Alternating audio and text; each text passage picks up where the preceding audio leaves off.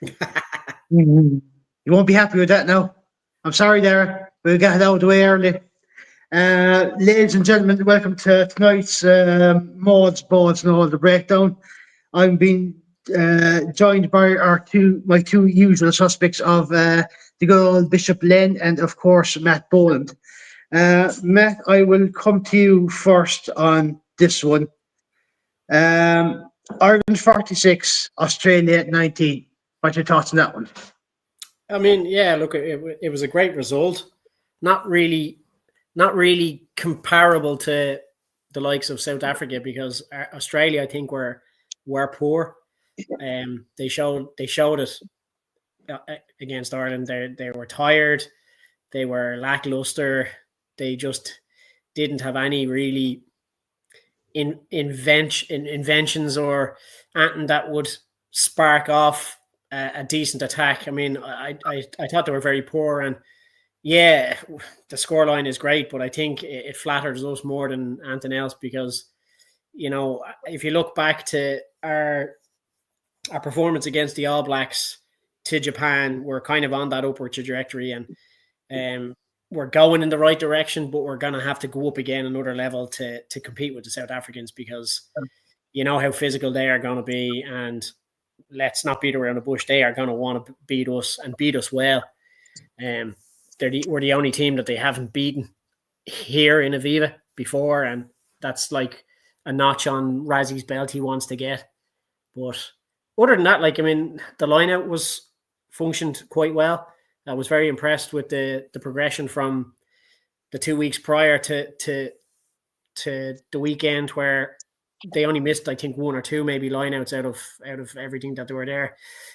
So massive improvement there. But, you know, I think they just kept it more simple. You know, more often than not, they just threw to the front or maybe to the third or the fourth man. Like, so good to see that being actioned upon and it working out for them. I mean, Stu McCluskey, that lad just cannot get a break. 29 minutes, and he goes off with a reoccurrence of his groin injury that he had against New Zealand. And you know what? He actually carried really, really well. And coming in for Matt Hansen's second try, he basically barreled his way up to kind of like way, and then the quick hands with Crowley, with Prendergast to Mac Hansen. Mac was in for his second, you know, just a bit like his first, kind of a carbon copy of his first try, really, you know, under the posts, under the sticks. But, you know, Mac Hansen, I thought, played very, very well. I think he maybe made one or two mistakes in fullback, and we all know he has been trialled out as fullback for Connacht. And as Andy Farrell alluded to, he is back. He is fullback cover when he plays on the wing, even, you know. So, look, I mean, that's two out of the whole team. They all played, I think, quite well.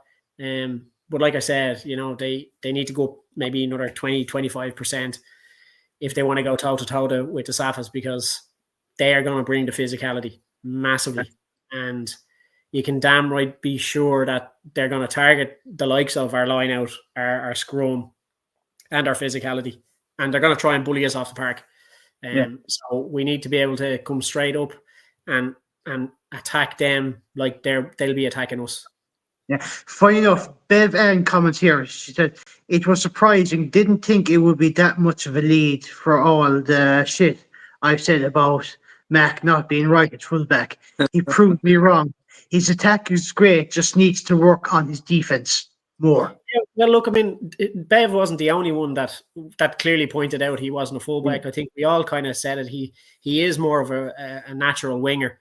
And, you know, fullback is one of those positions where you need to have your whereabouts with you, because it's not just grab the ball on the wing and fucking run down the wing and score. Like, you know, you have to be dropping back. You have to know when to drop back and go forward. You have to know what quarters of the pitches you need to be in. You need to know where they're going to be kicking. So the planning in fullbacks, and I don't think they get enough credit sometimes, because there's a lot going on, because he is your last line of defense, really, you know, and he will be calling the shots from the back, just like just like your 10, he'll be barking the orders. He will be barking the orders at the backs for his wings and the back three. You know, he'll be barking the orders to make sure that they're in the right positions to give him the best field position and to be able to do the best that he can in that position. But look, I mean, massive positives going forward. You know, like I said, they need to up it again now for the next challenge. You know, so and let's just stuff these lads. Yeah. One question for you, Matt, and you know this because you're a back. You know, you wouldn't know anything about lineouts or rucks or scrums or That's anything. not entirely true, Danny. You know, you're just kind of prancing around with the fairies back there. But I heard one that said that the game reading ability of a fullback is almost just as important as game reading as a 10. In terms of the reading tests, reading what will happen and what's going to happen a few phases down. Would you actually agree with that? A fullback needs to be planning moves and expecting things that are going to happen down the line, you know, and it is a very important role because if your fullback is out of position constantly, like there's nobody back in that backfield for you. You know, he won't be under the high balls getting pinged down that way, you know, and there is a lot of truth in what you're saying there. You know, they have to be meticulous. They have to know their opponents. They have to know the signs of when they're going to kick or when they're not going to kick. They have to know the signs of which way they're going to play because you're in that area behind everyone. Do you know what I mean? So you're more often than not in the center of the pitch, which kind of gives you the leeway to go left or right, depending on which plays they're playing. So yeah, look, it is a vital position, and we've seen how many people do it really badly. You know, and that's where I think a lot of people were thinking maybe Mac didn't have that, but to me, he looked fairly natural there. He didn't seem to be out of position once. He was catching. Len, did he just score the point? Len could do a sound thing and just put himself on mute when he cracks a fucking beer open because when it's not so bad here, but when it goes onto Spotify, it's fucking so obvious. But no, I'll see if there was their point he said about that much of the point in it. I don't think this goes down just completely and utterly skulls. And there's an awful lot of commentary on my drinking here, lads, which I don't. And Matt just takes a little sip. Speaking of Matt, your mother has kindly put a comment here. Yeah, he was brilliant. Well deserved his man of the match award. He did prove us all wrong. He did, absolutely. And like Bev came on and admitted straight away, you know, that she got it totally wrong. He proved everybody wrong. But now the only fucking problem is he's going to play the rest of his fucking career with two fucking different boots. Yeah, so that's probably what that's probably the most back and all the kids are out there are going to be wanting fucking two different colored boots, which means parents have to go out and buy two sets of fucking boots, unless they can do a special edition. Yeah, yeah. But look, that's all you fucking need. A can of white, a can of black, and off you go. I'm not buying you two fucking sets of boots. Yeah, even Peter saying here said we said it Friday at our live show that the only worry was Hansen at full back, and thankfully we were proven wrong. Even Brent agreed. Let's see, and one last comment in here. And we'll get to that one later. Johan, I see your comment there, but we'll get to that later on. Len, your thoughts on the Ireland-Australia game? Actually, before that there now, I have just have to say hello to my biggest and only fan. Hello, Mrs. Boland. It's great to have one fan, lad. Fucking great. That's fair, no offense. Nobody likes me in this fucking life. Anyway, she was very disappointed you weren't there on Friday night. I'll tell you that now for a fact. Yeah, sure. Look, woman of taste. That's all I'm going to say. She just likes the balls yet. That's all it is. Sure. Look, what can I do?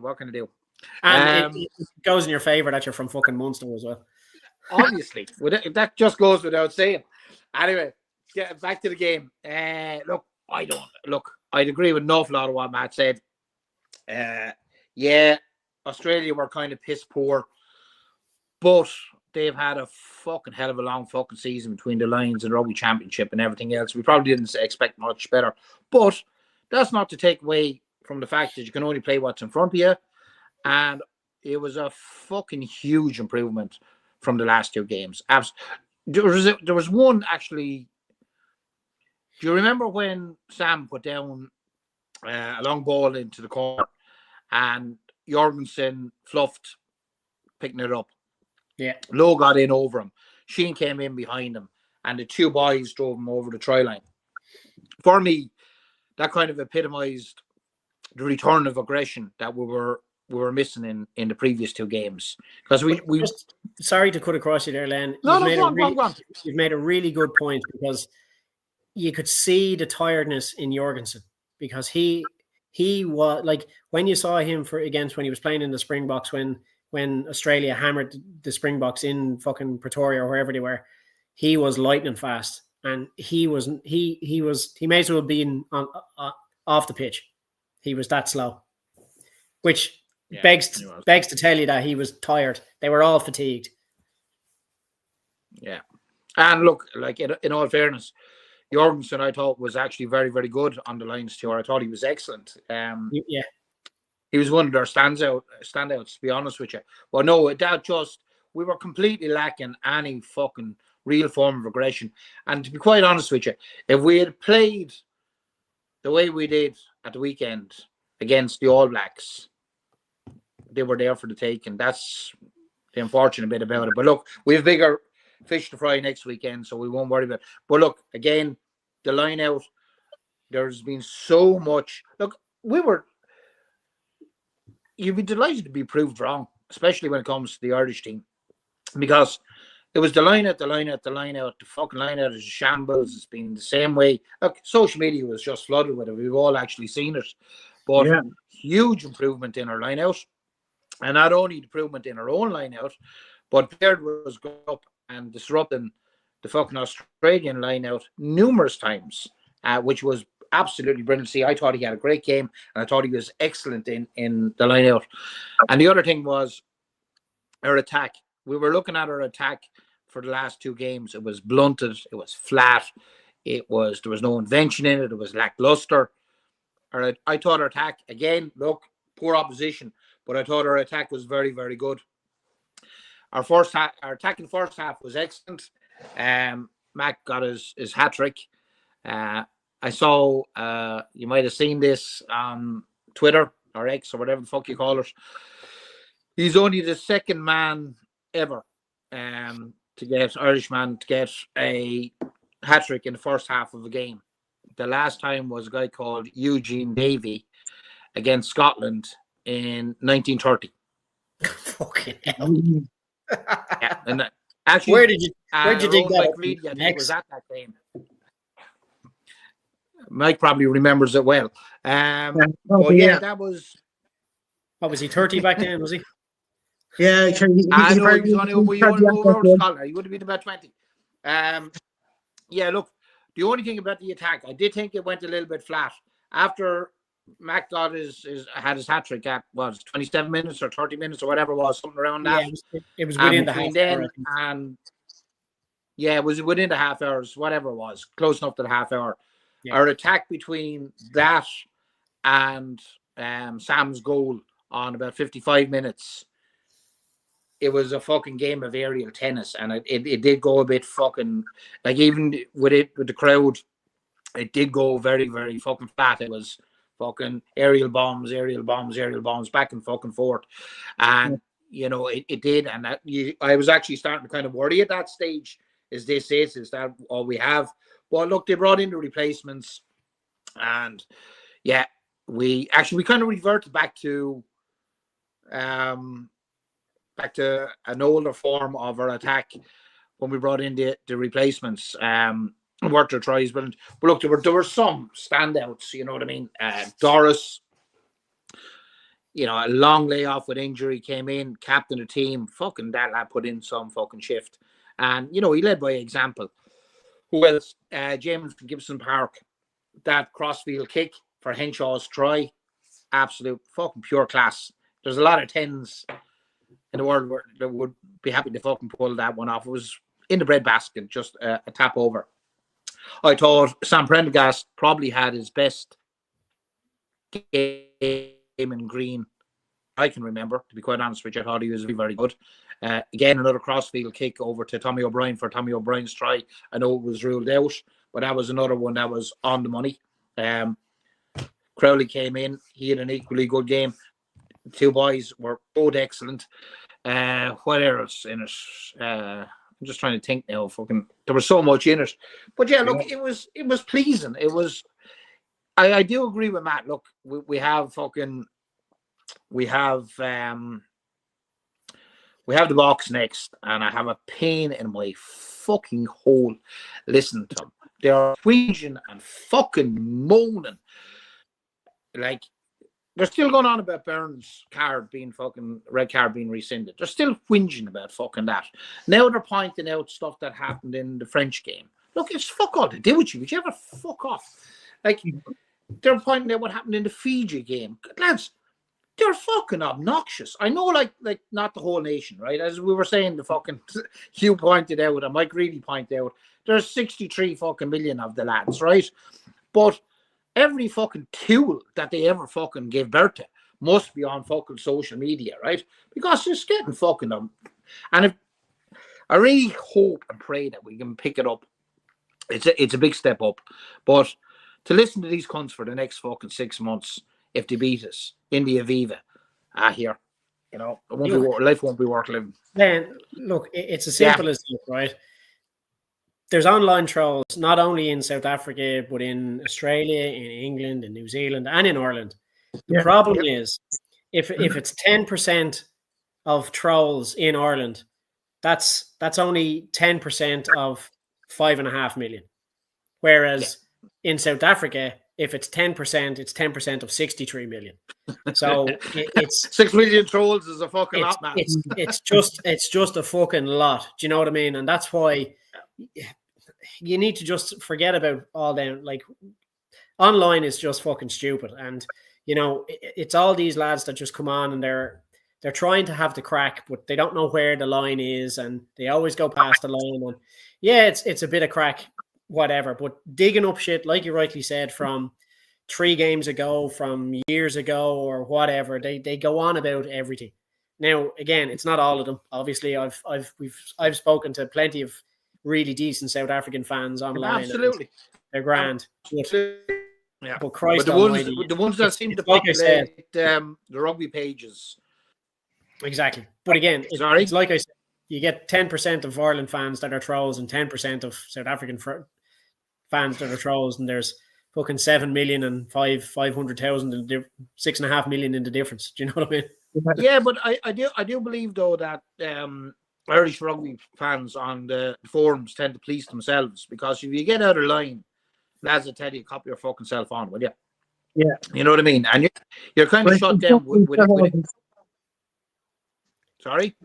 In some groups, not all. So I've seen a lot of differences between the various Irish rugby groups and how they're run.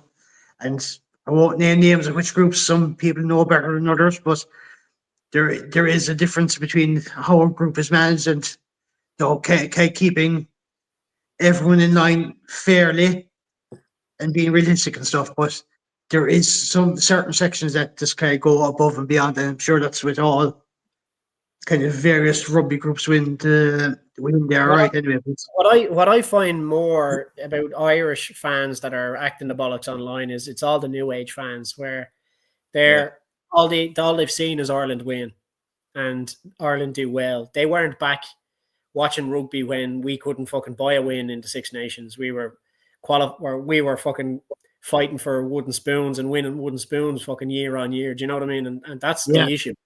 It's because they've been spoiled in the last 10 years where we have a really good rugby team. And again, you've got to remember, there's only like 160 professional rugby players in Ireland. It's a very small pool compared to South Africa, where they have probably 160,000 professional rugby players. Do you know what I mean? So that's your difference. Now, look, don't quote me on them figures. They're not accurate, but I'm just saying that's the difference between the two nations. 63.1 million and 5.5 million, do the math. But there's 2 comments here I want to get to anyway. Bevan is in here again. She said, I never expected Prendergast to go for a drop goal. Fair play to him. I feel like he's trying to prove some fans wrong about him. So do you think maybe Yeah, that's a bit of an and experiment he for? also he also had there was one stage where he received the ball about 20-meter line, and he threw a dummy, slipped between two of the Australian players, and made huge yards down the pitch. No, he had I thought he had a very, very good game. Without a doubt, he like you said already earlier on, he's had one of his better games in the green. And if you look back at the first two Mike Hansen tries, his passing was so quick and so fast and so accurate that it just split the defense open. Yeah. It was excellent. Yeah, Peter in here as well. He goes, lads, I told you I was at the game and the Instagram folks were out and the corporates weren't far behind them.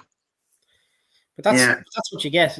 That's just nowadays where you're getting these people on Instagram and they've got 150 or 250 odd thousand followers and they're given tickets to go to a game and all they're there is to go, I'm at a game. They take a picture, they fucking tag Aviva Stadium, and they haven't never set foot on a rugby pitch or have never even watched a fucking junior game or minis play in rugby or any sort of fucking AIL game, let alone fucking international games. Do you know what I mean? And it's people like that you see there and they're up and out of their seats every 2 fucking seconds or they arrive in late or they go out early and they're up and down to the bar and they're only interested in the free drink that they're getting. And that's what pisses the real fans off because the real fans are there. Whoa. We won't have a word said against free drink. Yeah, well, I mean, Len, now, like, I mean, if they're going to a rugby match to get free drink, I'm sure they can get fucking free drink and stay in the boxes that they were given. Do you know what I mean? Not piss the people off down in the absolutely. Look, no, I know your point 100%. I take your point 100% because that's what you're doing. And it is affecting the atmosphere. Now I know you you're kind of you're a huge soccer fan, and you were just saying the atmosphere in the soccer compared to the rugby. Matt, if you talk about fucking soccer or GAA one more fucking time on this rugby podcast, I'll fucking boot you out of the group myself. Bring it on. Well, Tipperary versus Washington then. Let's talk about that in the hurling. Look. Danny, you jumped the gun. Matt wanted to fucking have a chat about the fucking soccer and Ireland winning the whole lot. And you went straight in with a rugby question. You never gave him a fucking chance to have a chat about the soccer. Look at him. Look, he's fucking sitting there gutters. Fuck's sake. I know. I'm sorry, Matt. I should have brought up the football. My look, fucking look. Let him have a fucking couple of minutes at the end of the show to discuss the soccer, will you? Please. Yeah, we'll leave a bit of time for that. Don't worry. You fucking talk about the football all you want. Joe Lyons in here says $1.50 for a block 501 ticket. Joe, that's just fucking nuts. That's just nuts. Taking the absolute piss out of it. There's actually 2 comments back here I want to get to. Matt, you can excuse yourself there if you want. I understand. Yeah, Matt, stop opening cans in the middle of the show. We can hear it. I actually put myself on mute, you fucker. You didn't fucking hear it. Paulie Boland, hi, Len. You were missed. Thank you very much, boy. We'll meet up one day. Don't worry. Pauline was in again. Can't wait to meet you sometime. No, Len, you are a married man. She's a free woman. She can do what she likes. Stop. I'll be blushing. I'll be redder than me flag behind me. Yeah, just put that over instead and you'll be fucking grand then anyway. It's all right. You can't even see the redness because the flag behind it. Just on Hansen, right? We were talking about Hansen and the fact that at full back, we were all a bit worried. Let's be honest. Even Connacht fans were worried about Mac at full back. And as Matt said, good. Don't tell me this fucking thing has gone down. No, you're right, then. Don't worry. Okay? No, you're great. Yeah. No, but just as Matt was saying, but like a good winger doesn't always make a good full back. You know, positionally, you have to be in the right place at the right time. As Matt said, you're the last line of defense. He had a fucking stormer, lads, and he dropped one ball There was one ball came down, and even the commentator said he had all the time in the world for that ball. It's the easy ones that get you. But I wasn't even so much impressed with what he done under the high ball. It was his chasing of Prendergast and Crowley's high balls that was absolute fucking class. Like his running, he put up some. What the fuck are you fucking grinning at, fucking Brosnan? There's a comment in. All right, I can't see it, so fucking work. Oh God, Joe Lloyd. Pauline needs to use her €50 Specsavers voucher she got last year for Christmas. I wonder what the fuck you were grinning at. Yeah. Here's for the fucking vote of confidence, because fucking Joe. You're coming off with that is. I tell you what, there's no good idea. There's no good idea. My mum had terrible cataracts years ago, and has recently got them lasered and fixed, so it's affected her brain, so she can't actually see properly. So there you go. No, there's another one here about Joe Bed, which is actually just in before Joe Lines. She goes, Matt will start beeping the Spotify tree when you mention football, hurling, or anything like that. I'll do worse than that. I'll just fucking block them out of the show altogether. So anyway, Cork versus Kerry in football. Hey, Danny, who show is this? Who shows it? Is it your show or is it Matt's show? Technically, do you want the technical answer to that there, Len? Technically, it's fucking Peter Burke's show, so yeah. That's Thursday night. That's Thursday night. This is Monday night. Well, do you know what you can do, Danny? You can fucking get your own show and talk all the GAA and fucking nonsense you want with your little fairies and play your little tiddlywinks and tickle Len's little bollocks there, and you can have the time of your lives doing whatever the fuck you want, talking about whatever the fuck you want.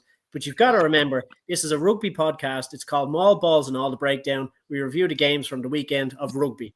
Plain and simple. But you wanted to bring up the soccer, Matt. Not us. We're trying to fucking avoid it. You keep bringing it back. You were the up, ones Matt. that brought up the soccer. Rest. Not me. Anyway, getting back to Matt Hansen. His running to collect the high balls, the high bombs that the lads were putting in, I thought was fucking excellent. He put up some yardage. Absolute fucking class. And like the amount of that he actually won was fucking, it was brilliant. And, you know, he's another option out at fullback with Keenan gone. You have Frawley then again as backup. It drives me mad. I know we're sick of saying it, but Frawley has now become a utility back for Ireland. It's as simple as that, and I think it's very, very unfortunate because I think he's a very, very talented player. I know Andy Farrell did say post-match interview that not only was, you know, there was a battle between Sam and Jack, but like Harry Byrne was holding up his hand and also Frawley. But I don't know, maybe we'll see it down the line in the Six Nations that he'll draft the two boys in. But it's hard to see past them bringing Frawley on as anything other than a utility back, which I think is a huge pity. But, you know, it was great to see fucking Andy Farrell mention the lads because it just goes to show you that he's on their radar. Do you know what I mean? Yeah, and the fact that he's a presser after a game of that importance, talking about Sam and Jack, and he's saying, aren't we tired of talking about them? But yet he goes and fucking name drops Harry Byrne and Kieran Frawley. Do you know what I mean? It just goes to show you that the quality of the coach. Do you know what I mean? Yeah, absolutely. Yes, we were talking about, along with those players we named, about the atmosphere and the Viva, all the corporates, even Peter was saying about the Instagrammers being there. And we brought up last week as well, should there be more A games just to accommodate the real fans going to that sort of kind of game, just to get there? Just give this a clear. We said it last week. I actually said it to Justin Fitzpatrick about, you know, maybe running it in the Six Nations and having an A game in the same stadium as a, you know, an undercard, and you know, people go in early and see both games. But would you be better off? But would you be better off in the RDS? For the simple reason. Actually, Justin did make the point that it was done years ago. Yeah. And like we remember it. You know what I mean? When they did have an A game, there wasn't a huge amount of them. But I do think you're probably. I can't remember the full point he made, but it did make sense to me at the time. And you're right, Danny. It probably is in the same vicinity. Like go to the RDS or whatever and have the A game. And I think probably more proper fans, true fans of the game that are being priced out of the internationals, as Joe Lyon said. What was it, 1,500 for fucking one of the blocks? Fuck off. You know what I mean? They'll go, right. I'm going to see. I'm going to see Harry Byrne, and so I'm going to see fucking Frawley, and going to see, you know what I mean, Brian Gleason or whatever, whoever it is. Like that A team that took on Spain, I'd go fucking watch them any day of the fucking week. Quite happily. But not only that, then, there's also the possibility to say, right, I'll go up for the A game, I have a ticket for that. If I'm lucky, I might meet someone in Dublin, get a ticket for the main game. Yeah, the chances of that nowadays are slim. You're talking about All Ireland finals now. Sorry, Matt. But like you'll meet somebody and give you an All Ireland fucking ticket. Yeah. But yeah, the chances of somebody going, come here, I have a 1,500 fucking block A ticket in my pocket there. I don't feel like going to the game. There you go. Yeah, no, slim and fucking none, Danny. I know, but still, some people will take that chance to say, hopefully there might be a bump and someone get a ticket. Might go that way as well. But just speaking of the I don't mind the corporate so much because they kind of generally take the higher end tickets where they're premium or boxes and all that sort of stuff. Now you do get fucking muppets that are going there because Daddy has a company and they're not interested in rugby and they're filling seats grand. It's the fucking Instagrammers for me or the TikTokers that have nothing or very rare that there are some kind of rugby TikTokers that go fine, they're grand, but the likes of, like your one, what's her fucking name? Wednesday Addams, fucking years ago, going to a rugby match. She was over here filming the episode of Wednesday, and she was in the fucking crowd watching a rugby game. And that girl has never even seen a rugby game in her life. What the fuck is she doing there? Do you know what I mean? And like you said, it's pricing out the real fans. And real fans go and they cheer and they have the crack and they're cheering on the boys, creating an atmosphere, whereas the others aren't. They're just there for the fucking shits and giggles and for posting on Instagram and all that sort of stuff. And it's a load of bollocks. It is.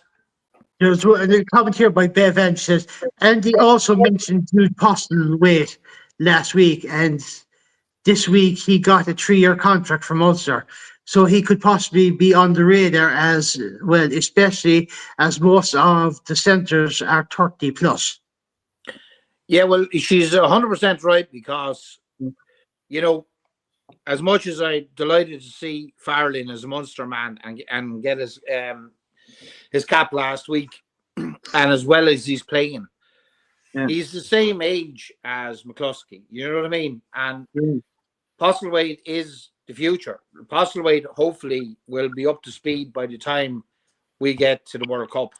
And that's what we need. We do need to blood these players and get them in. He had a fantastic game. How old is Dan Kelly? Dan Kelly, 32, is it? No, I don't think. No, he's not as old as Farrell. I don't think. Jesus, I'm not sure. He's another interesting prospect as well. If he's at the right Kelly is a fantastic player, and he played really well. Matt, you're making an awful lot of noise with that can over there, Matt. I didn't make any noise, not like you, which you fucking. Like I said, just put yourself on mute and open the can. It makes a hell of a lot more sense. I don't know how to do that, Matt. Interesting, lads. Dan Kelly is 24. I'll do it for you. I'll fucking mute you in fucking person, I'm telling you. Here, come on. You're asking there about Dan Kelly. He's 24 years of age. Yeah, I knew he was much younger. Yeah. There you go. I thought he was 26. So there's two prospects. There's two right off the bat that are young and need time in these fucking test games to get up to speed.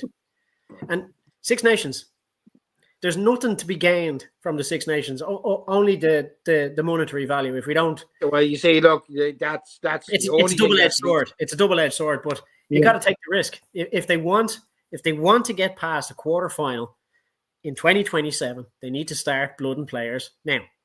Yes, but Matt, we also discussed this before.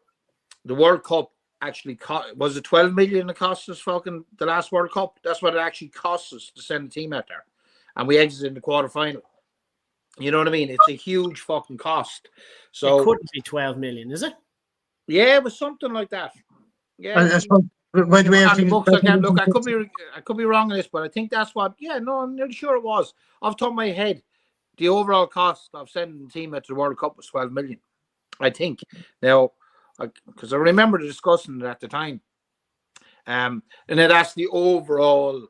It wouldn't just be out there on the day, but it was preparation, all the rest of it. But yeah, I'm nearly sure that's what it cost. So it's actually to go to World Cup is actually costly. The financial reward from World Cup is fucking minuscule compared to the Six Nations.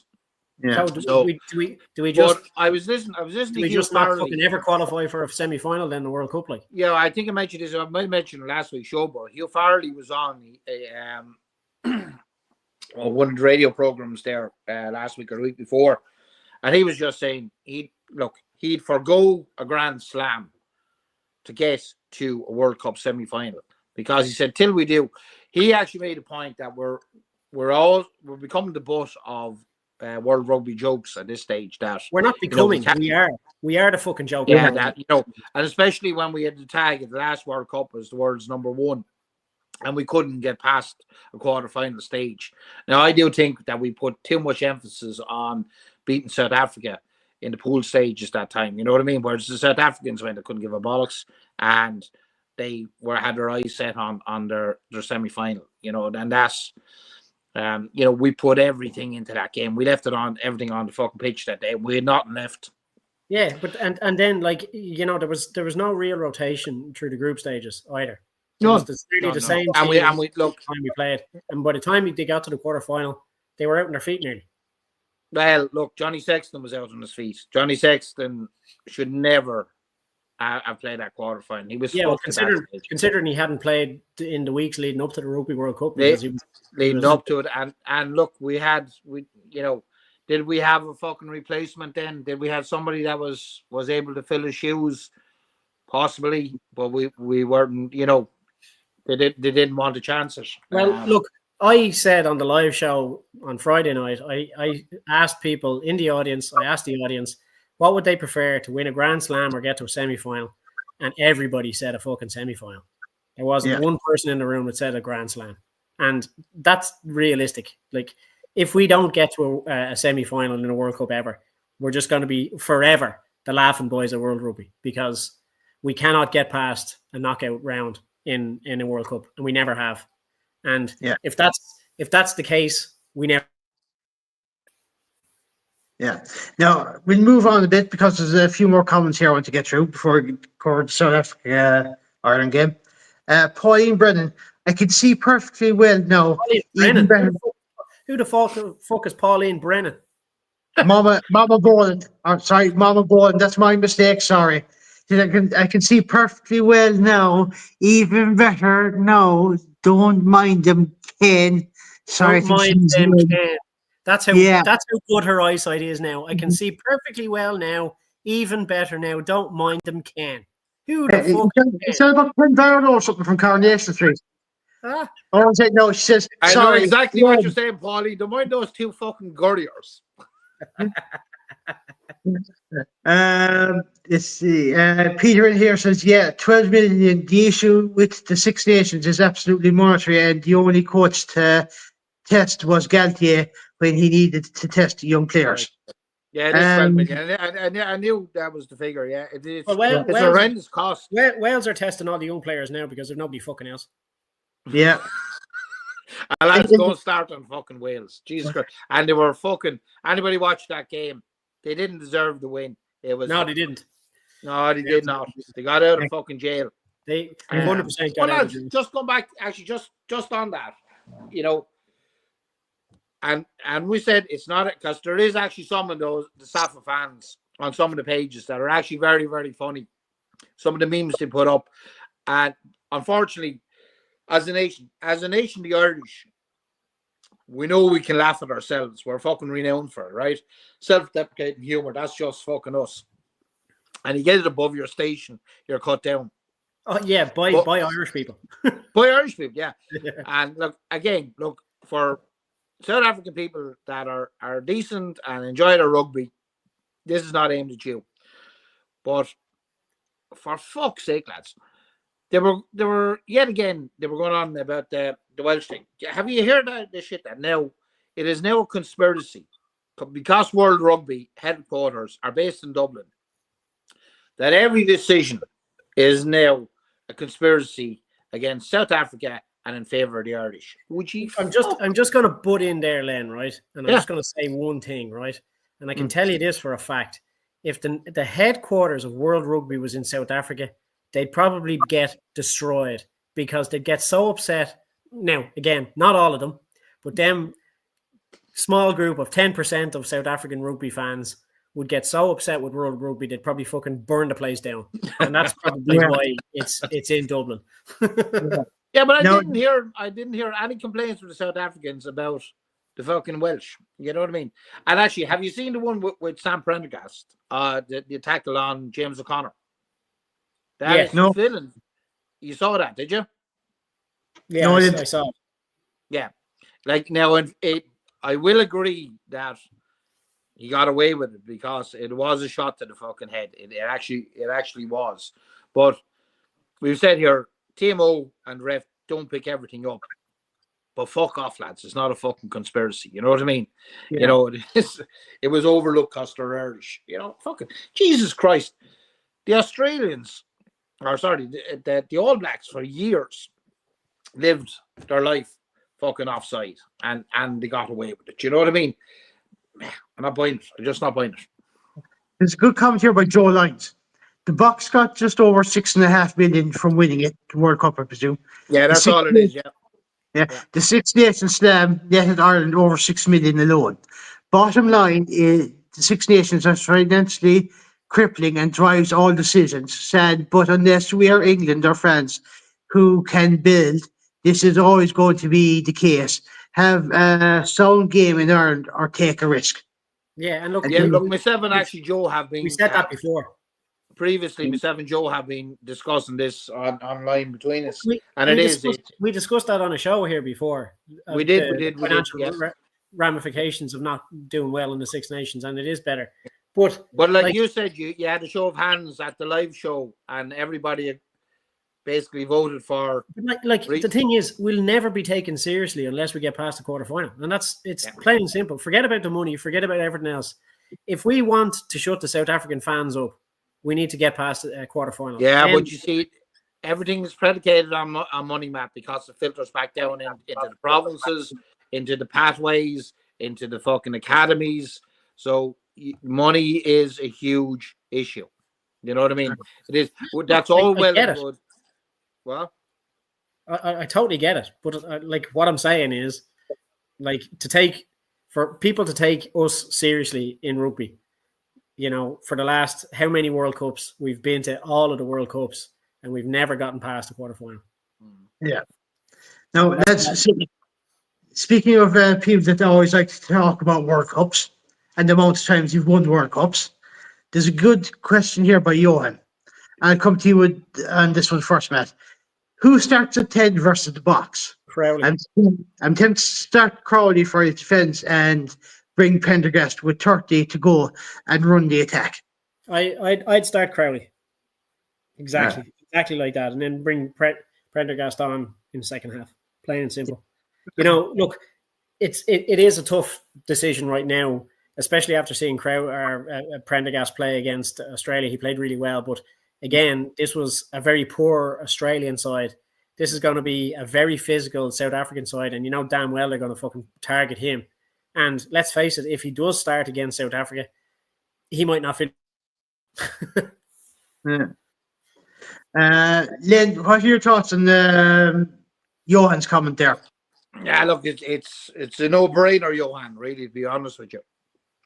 Crowley actually nearly relishes fucking tackling, and Sam might get there fucking eventually. Look, we're not going down this road of Yeah. Yeah. But yeah, Crowley. We need Crowley's physicality against we need everybody's physicality against the fucking box. It's as simple as fucking that. Because they're fucking bulldozers of a fucking team. And just as a reminder, lads, you didn't get fucking red cards in the last fucking 2 games you played for fucking nothing. You know what I mean? They go in fucking hard. And yeah, okay, Crowley will start and possibly fucking finish unless we have a huge lead. I'm not too sure. And as Matt said, look, Sam, I thought, as I said, Sam had his best game in green, without a doubt. His kicking out of hand, the whole lot was excellent. But you were going to need a physical fucking 10 in there, and everybody has to fucking stand up defensively. You know what I mean? Yeah, as simple as that. Yeah. Now, Joe Lyons in here again. He says Sam and Crowley, Sam to start, I suppose, and Crowley to come on. But he follows it up with saying they will target whoever plays 10. Yeah, That's they're going to target every player. But they're going to target every player, and you know damn well if Sam is starting, they're going to target him fucking extra because they know damn well he can't fucking tackle. Whereas, like, they know Crowley, they might actually avoid going down to 10 channel. Or they have to alternate somewhere or another, because of it. Exactly. Because, like, in fairness to Crowley, he'll stand up and get that first hit in, whereas on form, Prendergast won't, and that's the way I'm looking at it.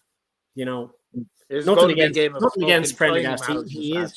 He is playing well at the moment, and look, I mean, Andy's going to pick the team that he reckons will beat South Africa, and if he picks Prendergast in, that means he's putting all his faith in him anyway. Personally, I don't think the chap needs that much pressure piled on him again. You're forcing the chap in. He's come back. He's come off the back of a very good performance against Australia. Exactly. You put him into that cauldron again. And if he doesn't play well, it could go very horribly against him. And you know what the media is like at this stage. He'll get fucking absolutely slaughtered. So really will, Len, question here from Peter. Would the panel go with a 6-2 or a 5-3 split bench? 8-0 and fucking mess with Razzie's head total. Oh, man. But then, which way would you go, 6-2 or 5-3? Or what way would you go with this bench split? Oh. Leonard. Yeah. 6-2. 6-2. Fair enough. That's all I wanted to know. Took you long enough, kid. No, I must have fucking flipped out there for a second. I was waiting for Matt's answer. What did Matt say? I said 8-0. Yeah, I know that, but I thought you were coming back with something else. I think I would go with 6-2. Conservatively, I'd probably go 6-2 as well. Yeah, we need that physicality against them. You know what I mean? We're going to have the fucking infamous bomb squad come on. So, But look, France done fucking. It was great to watch there last week. France brought on their own bomb squad. Little good did it fucking do them. So it failed miserably. But that's the thing. It did fail miserably, yeah. And that's the thing. We were sitting back watching that match last week after Penno's couple of tries, thinking, here we go, lads. They might fucking put up a decent score on them. Didn't fucking happen. Another good question here by Joe. Do you think if that is the mindset that they target Sam, that by doing that it would open other options? I mean, Razzie knows if you show your hand, a head coach like Faz will have a backup plan. So do you think it's head games by Razzie to guess? Look, there's gonna be so much head games or mind games this week in everything, and Razzie is the man for mind games. But Faz is a good coach. Let's not beat around the bush, and so is Razzie. And they all have their backup plans. So if the mindset is that they're going to target Sam, I'm sure Razzie will or Faz will think about that and maybe try and counteract that. But all these things are going to be leaked during the week, and it's just a matter of It's mind games, really, isn't it? It's win the mental battle, you'll win the game on the pitch, I suppose. But it's hard to know. It really is hard to know. Nah, look, I think all this mind games is a load of fucking bollocks now, to be quite fucking honest with you, right? It hypes Just everyone. fuck That's off all it is. and play a game of fucking rugby. Like, with this fucking shite, with his red, green fucking, like, go away. I'm sick of fucking listening to the cunt, right? But them lights are gone a long time, so. Yeah, Yeah. they're gone a long time, but like fucking who else in fucking the fucking history of fucking rugby came up with that shite, right? Razzie. Yeah, hey Razzie, yeah. Yeah. Go out, pick the fucking Like, best in team. fairness, Peter O'Mahony was interviewed there by I think it was the Good, the Bad, and the Rugby over in the UK, and he was asked about his time in Munster and Razzie as head coach. What was he like? And they asked him, like, is he as mad really as a coach as we're seeing? And Peter O'Mahony just said, yeah, he's a fucking lunatic. He's an absolute nutcase. So that's the type of man he is. How can you detect or try and forethink of what he's going to be doing or thinking? Don't forethink. You can't. You just pick your best fucking Madness. squad, And go out. Like, I know what Joe is saying, but like that's like a fucking not a double cross, it's fucking triple cross. You think we play Sam, we won't play Sam. We will play Sam. No, that's that personally I think that's a fucking recipe for fucking disaster. Yeah. That's my own opinion. Yeah. Well, like, the mind games have already started because Razzie is now following one person on Twitter, and it's Irish Rugby. And like I said before, we should have fucking blocked him before he had the chance. Yeah. I believe he's a big follower of this show. Yeah. Probably, yeah. In that he's second account, some Yako Johan or something like that, and just some account that he had that's not him. Yeah. He has your man Yako Piper on his fucking team anyway, doesn't he? Yeah, so this was completely. Do you know? Yeah, Danny's right. He had some completely fictional guy that was following fucking load of bollocks. Never mind. Anyway. I wouldn't mind, but like that Yako Johan guy, he looked an awful lot like Razzie with a pair of sunglasses on and a dodgy Mexican tash. Was he wearing a sombrero as well? Was he? No, but funny enough, he's actually wearing the fez, one of those kind of like red little Egyptian caps or something like that. Very unique sense of style. Yes. Very unique sense of style. Bevan, do you think South Africa will get a red card this week?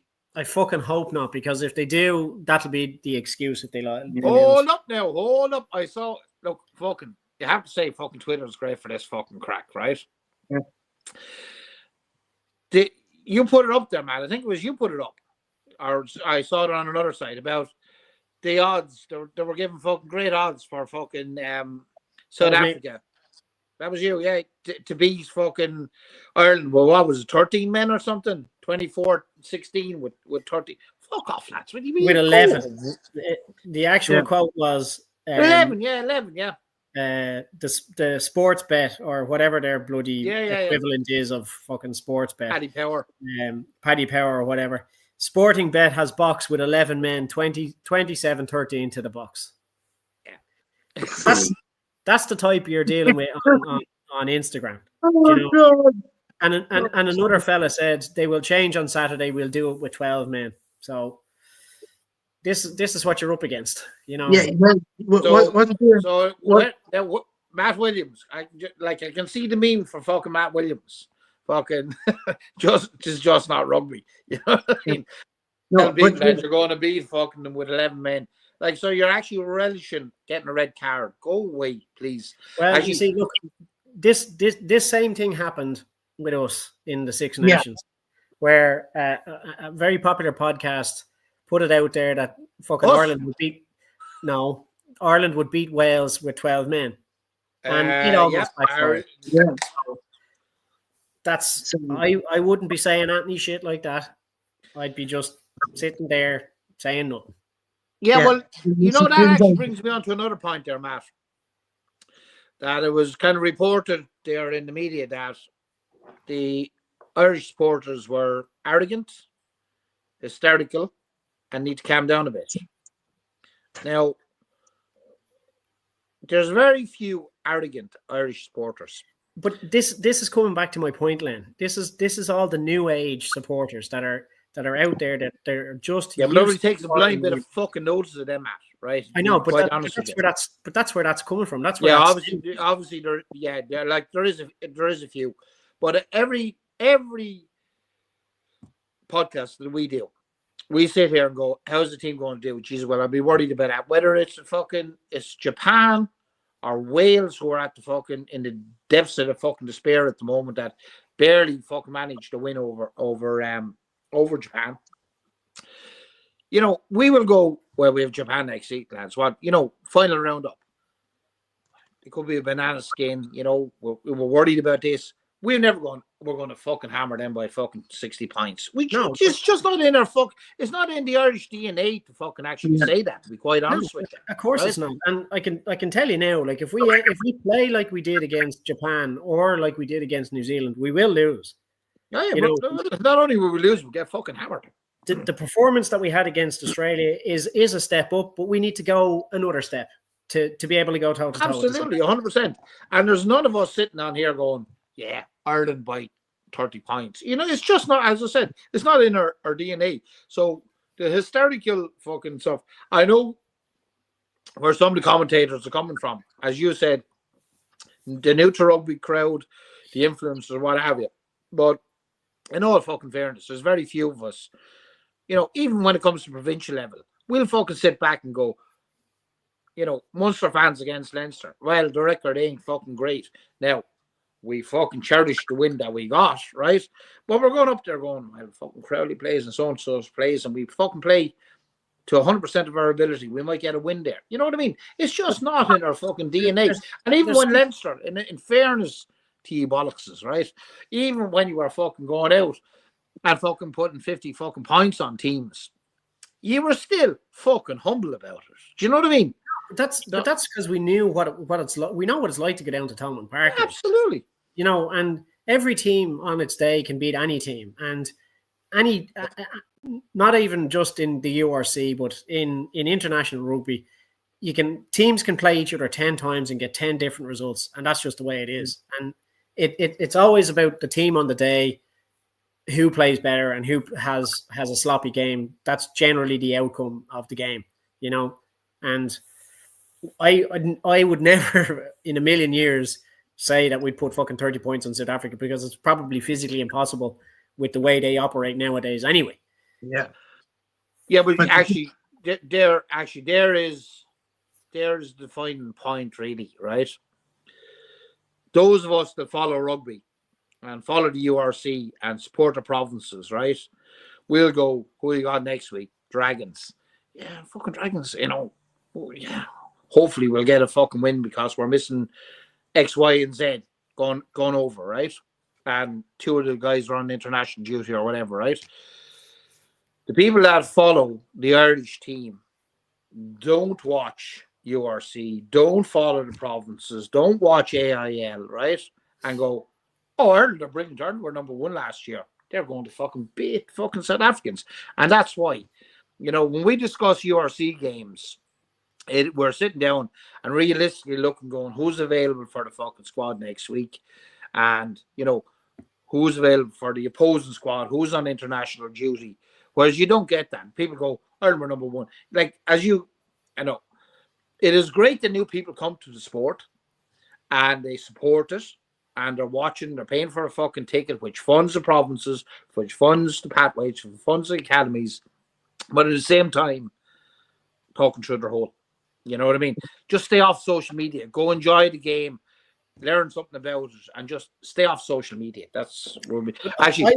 I would encourage some of them to go and see the likes of an AIL game and see what it's like at that level, because only then they will understand what passion then we have watching Ireland play or Leinster or Munster or whoever it may be. When you're standing out on a Sunday morning and it's fucking freezing cold and it's pissing rain, and you're watching either your team play or you're waiting to get on, or you're playing yourself, or you're watching a family member or whatever, you don't know what it's like, and that's all these people that are going to these games have never, like I said, never set foot on a pitch as a spectator, as a player, and especially at that level. That's before I get the results here. Joe Lyons in here saying Ireland by less than 7 or South Africa by 10 plus. It'll be tight and brutal. It's No.